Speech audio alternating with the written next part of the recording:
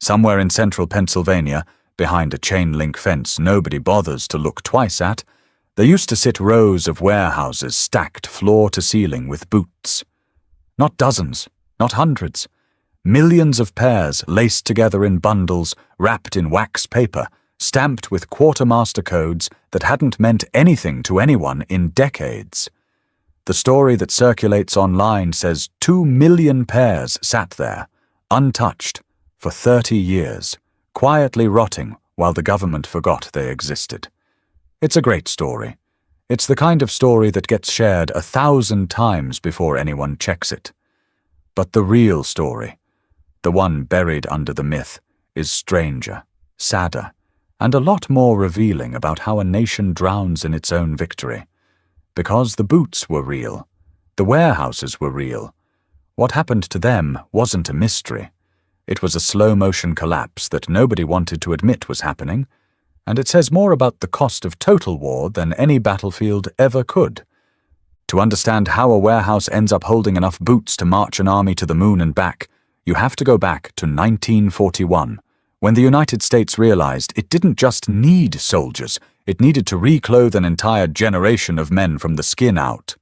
The Quartermaster Corps, the branch responsible for feeding, housing, and equipping every soldier in uniform, suddenly had to solve a problem no army in history had faced at this scale. Millions of young men were being pulled from farms and factories and city blocks, and every single one of them needed 2 pairs of service shoes, a pair of combat boots, sometimes jump boots for the paratroopers, overshoes for winter campaigns, and replacements when the first pairs wore through in the mud of Europe or the jungle rot of the Pacific. By the time the war ended, American factories had produced footwear on a scale that dwarfed anything the country had ever manufactured before, tens of millions of pairs built not for comfort or longevity, but for speed of production and sheer volume.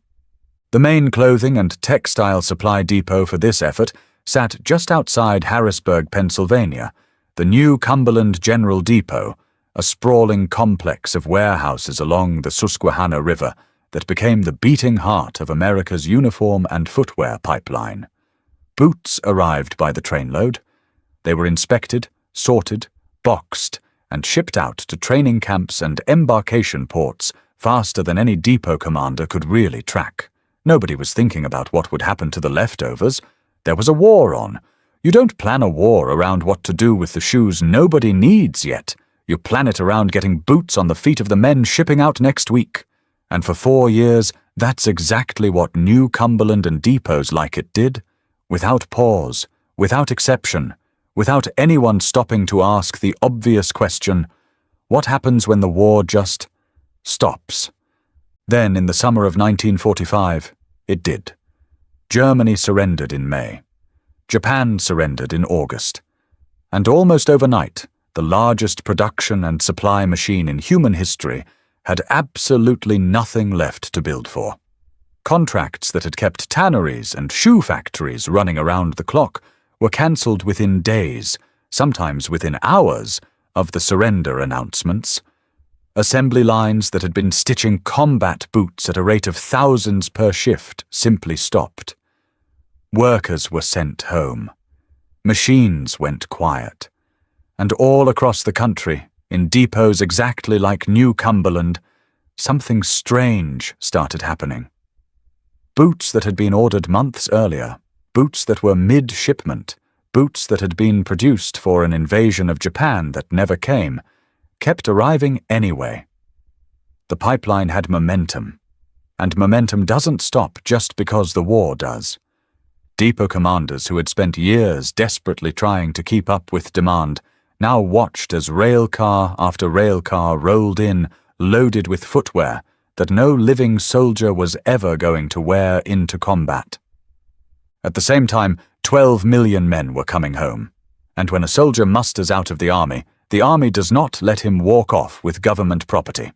That includes the boots on his feet in many cases, or at minimum, a portion of what had been issued to him gets turned back in, cleaned, inspected, and shipped right back to depots like New Cumberland. So you had 2 currents crashing into each other at once.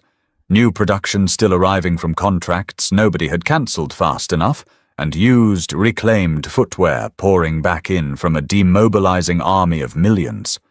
The depot that had been built to solve a shortage now had to solve the opposite problem. An avalanche of surplus with nowhere to go and no plan for what came next. But that wasn't the strangest part, because footwear, unlike a tank or an aircraft, is small enough to hide in plain sight. And that's exactly what happened. Nobody was going to hold a press conference about warehouses full of boots. There was no glamour in it, no headline value, nothing that competed for attention against the far bigger story of the era. What to do with 100,000 surplus airplanes, tens of thousands of tanks, entire fleets of ships suddenly worth more as scrap than as weapons. Footwear disposal got filed under miscellaneous quartermaster property, a bureaucratic afterthought buried in budget reports nobody outside the War Department ever read. And that quiet, unglamorous status is exactly why the boots sat there so long. Nobody was embarrassed enough or important enough to force a decision. The decision that eventually did get made wasn't made all at once, and it wasn't made by any single person you could point to in a photograph. It came out of a tangle of competing pressures inside the War Assets Administration, the agency created specifically to unload the government's staggering wartime surplus. Everything from jeeps to jet engines to, yes, footwear. Some officials wanted immediate bulk sales to the public, arguing that flooding the market fast would recover at least some value before the leather rotted or the styles went obsolete. Others in the War Department pushed back hard, worried that dumping millions of combat boots onto American store shelves would crater the domestic footwear industry, put shoemakers in Massachusetts and Missouri out of work, and create a political headache nobody in Washington wanted during a fragile post-war economy already bracing for a wave of returning veterans competing for jobs.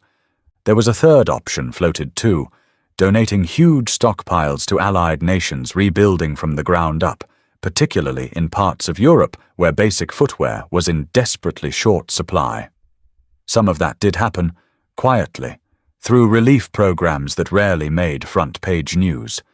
But it never came close to draining the reserves, and a fourth option, simple destruction, burning or burying what nobody wanted, was rejected almost everywhere it was proposed, mostly because it looked terrible on paper. Destroying millions of dollars of usable property while veterans and war-torn families needed shoes was the kind of decision that could end a bureaucratic career. So the default became the path of least resistance. Hold on to it, store it, and let it trickle out slowly, depot by depot, sale by sale, year after year, because nobody wanted to be the name attached to either the waste of destroying it or the economic disruption of dumping it all at once. This is where the story stops being about boots and starts being about the machinery of government indecision. The War Assets Administration was, by design, a temporary agency, staffed largely by wartime bureaucrats who knew their jobs would not exist much longer and who had far bigger fires to put out. Aircraft graveyards in the desert, naval fleets rusting at anchor, entire factory complexes that needed new owners or new purposes. Footwear disposal got assigned to junior staff, handled through standing regional depot commanders rather than any centralized national strategy, which meant policy on the ground varied wildly depending on who happened to be running a given depot in a given year. One commander might aggressively push bulk lots to regional wholesalers to clear space fast. Another, a few states over, might sit on inventory out of simple caution, waiting for guidance from Washington that was slow to arrive, because nobody in Washington considered boots urgent enough to prioritize. That patchwork of local decision-making, repeated across dozens of depots nationwide, is the real reason the disposal timeline stretched out over decades instead of years. Not a single forgotten order, but thousands of small, uncoordinated ones. That trickle is where the real story finally comes into focus. and it's far more interesting than a rumor about forgotten warehouses. What actually happened to America's surplus boots was a decades-long slow bleed, not a 30-year freeze. Starting in the late 1940s and accelerating through the 1950s, the War Assets Administration and its successor agencies began releasing surplus footwear through public sealed bid auctions, sold in enormous lots to wholesalers and jobbers who then broke them down and resold them to a business that barely existed before the war: the Army-Navy Surplus Store. Storefronts that had started as tiny operations selling leftover mess kits and canteens suddenly had access to genuine military combat boots, jump boots, and field shoes by the crate, and they became a fixture of American main streets from the late 40s straight through the 1970s. If you grew up anywhere in that era and needed cheap, tough footwear for hunting, for farm work, for a first job on a loading dock, there was a real chance you were wearing boots that had been produced for a war that ended before you were born. Paratrooper jump boots, in particular, took on a life entirely outside the military. Their distinctive toe cap and the way they laced high and tight made them a favorite among motorcyclists and, later, among rebellious teenagers who wanted a look that said something without saying a word. A trend that would echo for decades in youth culture, all traced back to warehouse pallets of UN-issued army stock that had simply never been needed for combat. Meanwhile, plainer service shoes and combat boots got a second life in an entirely different world. Logging camps, construction sites, and farms across the Midwest, where durability mattered infinitely more than style, and government-grade leather built to survive a European winter turned out to survive a Wisconsin one just fine too. Not everything found a happy ending, though, and this is where the myth of the forgotten warehouse actually has a kernel of truth buried inside it. Some stock genuinely did sit far longer than anyone intended, particularly footwear built to non-standard specifications, odd sizes, experimental designs tested for jungle warfare that never got adopted at scale, or boots produced right at the tail end of the war for an invasion of the Japanese home islands that Truman's decision to use the atomic bomb made unnecessary. Those niche lots were harder to sell in bulk, harder to move through normal surplus channels, and depot workers at facilities like New Cumberland have described, in oral histories collected decades later, stumbling across sealed crates from the 1940s still sitting untouched well into the 1970s. Not 2 million pairs in one single forgotten pile, but scattered pockets of genuine leftover stock, quietly aging in the back corners of depots that had otherwise long since moved most of their inventory. There's another layer to this that rarely gets mentioned, and it has to do with geography as much as bureaucracy. New Cumberland wasn't the only depot drowning in leftover leather.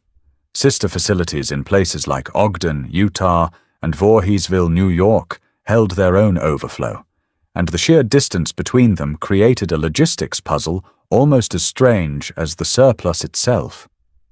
A boot sitting in a Pennsylvania warehouse might be in high demand from a wholesaler in Texas, while an identical boot sitting in Utah couldn't find a single bidder for months.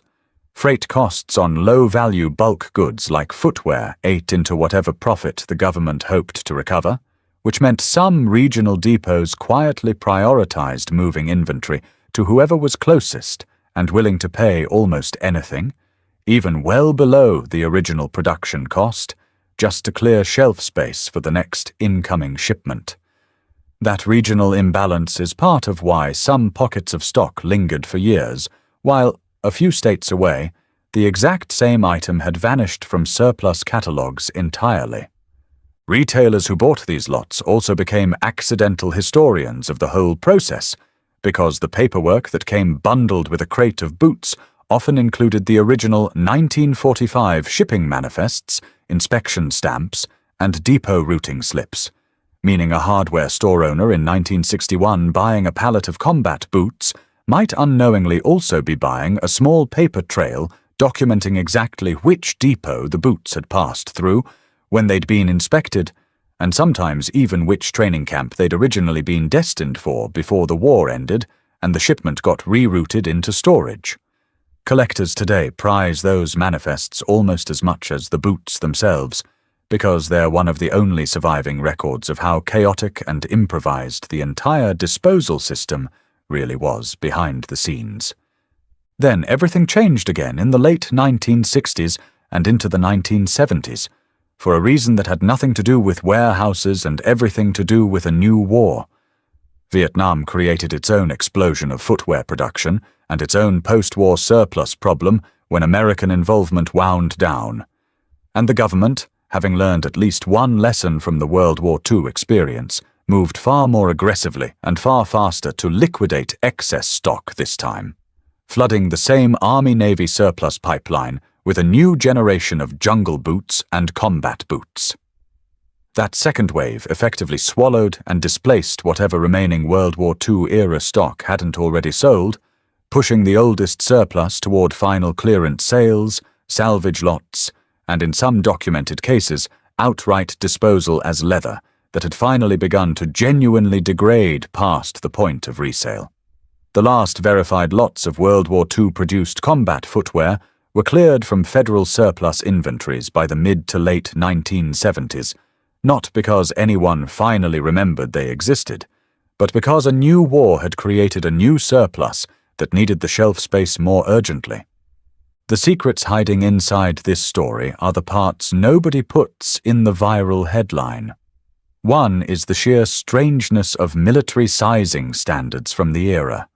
Footwear was produced overwhelmingly in a narrow band of average sizes because factories were optimized for speed, which meant men with larger or smaller feet than the norm sometimes went weeks waiting on special order shipments, a logistics headache that quietly shaped which boots ended up gathering dust versus which sold out instantly.